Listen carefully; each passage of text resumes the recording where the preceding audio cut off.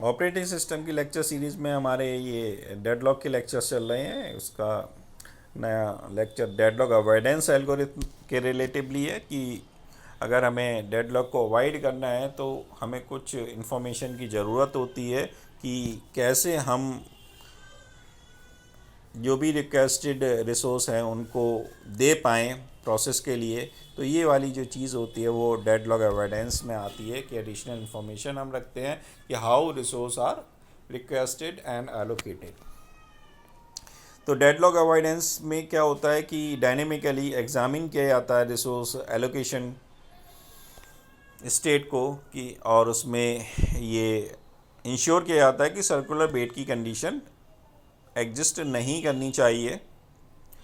The resource allocation state is defined by the number of available and allocated resource and maximum demand of the process।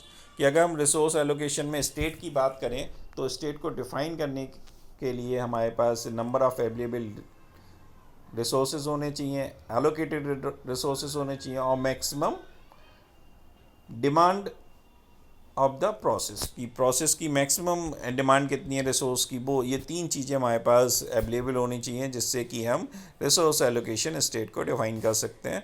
और deadlock avoidance algorithm में हम तीन method का use करते हैं। एक safe state है, दूसरा रिसोर्स एलोकेशन ग्राफ है, तीसरा बैंकर एल्गोरिथम है। तो पहली जो एल्गोरिथम है इसमें सेफ स्टेट है कि स्टेट सेफ तभी हो सकती है यदि system can allocate resources to each process up to its maximum. कि सिस्टम जो है प्रत्येक प्रोसेस को रिसोर्स एलोकेट कर दे जो भी उसकी मैक्सिमम डिमांड है इन सम किसी एक प्री ऑर्डर में, एंड जिसकी वजह से क्या होगा कि अवॉइड हो सकता है डेडलॉक्स। मोर इनफॉर्मली अगर हम कहें, सिंपल लैंग्वेज में बोलें तो system is in safe state. System केवल जब भी सेफ स्टेट में होगा यदि only if there exist a safe sequence, अगर वहाँ पर सेफ सीक्वेंस एग्जिस्ट करता है और एक sequence of process P1 P2 और Pn है, सेफ सीक्वेंस में होंगे, safe sequence for current allocation state यदि प्रत्येक प्रोसेस Pi को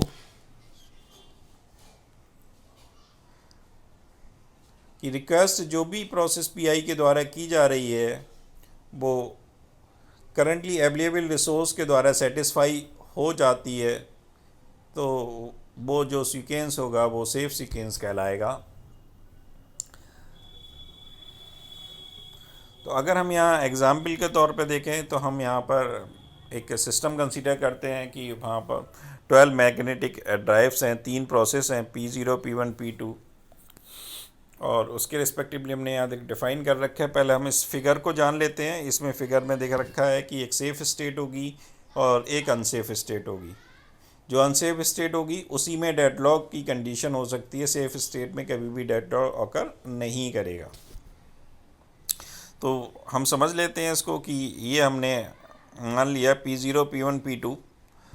तो P0 की रिक्वायरमेंट 10 ड्राइव्स की है, P1 को 4 की ज़रूरत है। ये मैक्सिमम नीड हमने यहाँ निकाल ली है कि P0 को 10 की रिक्वायरमेंट है, P1 को 4 की रिक्वायरमेंट है, P2 को 9 की रिक्वायरमेंट है। और हमने ये मान लिया कि P0 उस टाइम 5, यहाँ पे जो दे रखा है ये वाला section, P0 is holding 5 tape drive की 5 टेप ड्राइव उसके पास हैं ऑलरेडी, और P1 के पास 2 और प्रोसेस P2 के पास 2 टेप ड्राइव हैं। तो हमारे पास कितनी टेप ड्राइव फ्री हुई? तो यहाँ पर अगर हम देखें तो 5, 2 और 2, 9।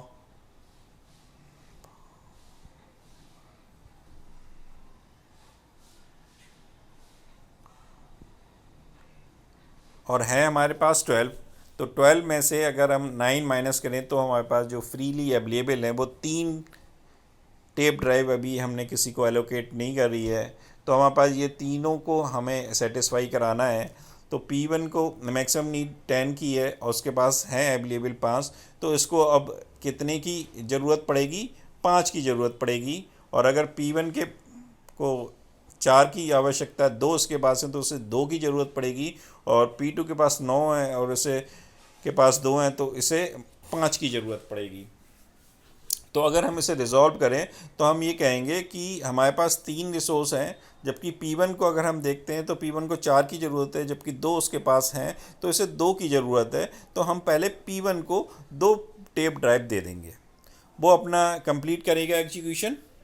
तो अगर P1 अपना कंप्लीट करेगा तो 3 तो ये थी फ्री, यानी कि दो दी थी वो वापस आ गई हमारे पास, और एक फ्री थी वो 3, और 2 ऑलरेडी जो थी उसके पास वो 5 हो गई, कि 2 दिए हमने इसे, 2 इसके पास थी, एक फ्री बची।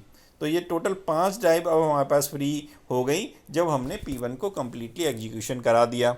अब 5 के बाद P0 को 10 में से -5 करते तो 5 की रिक्वायरमेंट है, 5 हमारे पास टेप ड्राइव अवेलेबल है तो हमने 5 इसको दे दी, तो टोटल इसके पास 10 हो गई। ये अपना काम कंप्लीट कर लेगा। जब ये अपना काम कर लेगा तो 10 की 10 हमारे पास फ्री हो गई। फ्री होने के बाद हम P2 को देखते हैं तो 9 में से 2 7 की ज़रूरत है, 10 हमारे पास अवेलेबल है तो हम 7 इसको एलोकेट कर देंगे। जब इसको 7 एलोकेट कर देंगे तो जो हमारे पास सेफ सीक्वेंस आएगा वो P1 P0 P2 आएगा एग्जीक्यूशन का। इस ढंग से हम एग्जीक्यूट करेंगे। नेक्स्ट जो टेक्निक है वो रिसोर्स एलोकेशन ग्राफ वाली टेक्निक है। इसमें हम लोग क्या करते हैं कि रिसोर्स एलोकेशन ग्राफ बनाते हैं। इसमें 2 टाइप की एज होती है, एक रिक्वेस्ट एज होती है, एक असाइनमेंट एज होती है और एक क्लेम एज होती है। तो रिक्वेस्ट एज का मतलब होता है कि कोई प्रोसेस किसी रिसोर्स की डिमांड कर रहा है, तो प्रोसेस से एरो स्टार्ट होगा और R1 की तरफ एरो का साइन जाएगा। तो यहाँ पर हमने डायग्राम में भी दिखा रखा है, P1 से R1 की तरफ जा रहा है यहाँ पर। और ये जो होगी रिक्वेस्ट एज होगी। असाइनमेंट एज का मतलब क्या है कि कोई रिसोर्स R1 है जो ऑलरेडी किसी प्रोसेस के पास है तो एरो R1 से स्टार्ट होगा और उसका एरो साइन जो है वो P2 की साइड जा रहा है, तो ये वाली जो होगी वो असाइनमेंट एज होगी। क्लेम वाली एज को हमने डॉटेड साइन से यहाँ दिखा रखा है। तो process PI request the resource RJ की डिमांड कर रहा है, PI और RJ। यदि if resource assignment edge RJ से PI है, RJ से PI है, the claim edge like to be edge in dash line. यही चीज़ हमने यहाँ बोली है जो, तो क्लेम एज डॉटेड लाइन से यहाँ पर दिखा रहे हैं। तो ये जो होगा रिसोर्स एलोकेशन ग्राफ होगा जिससे हम आइडेंटिफाई कर सकते हैं। नेक्स्ट होती है बैंकल एल्गोरिथम। इसमें भी उसी ढंग से हम लोग करते हैं कि जो इसकी भी डिमांड होगी उसको रिजॉल्व करेंगे। तो बैंकल एल्गोरिथम में रिसोर्स एलोकेशन सिस्टम जो है वो multiple instance of each resource type पर वर्क करता है कि अगर हमारे पास कई सारे रिसोर्सेस हैं और उन सब रिसोर्सेस के कई सारे टाइप्स के रिसोर्स अवेलेबल हैं तो हम किसका यूज़ करेंगे, बैंकर एल्गोरिथम का करेगा मल्टी रिसोर्सेज के लिए यूज़ किया आती है। 3 मेथड थे जो हमें यहाँ डिस्कस करने थे। तो ये थी हमारी डेडलॉक अवॉइडेंस एल्गोरिथम।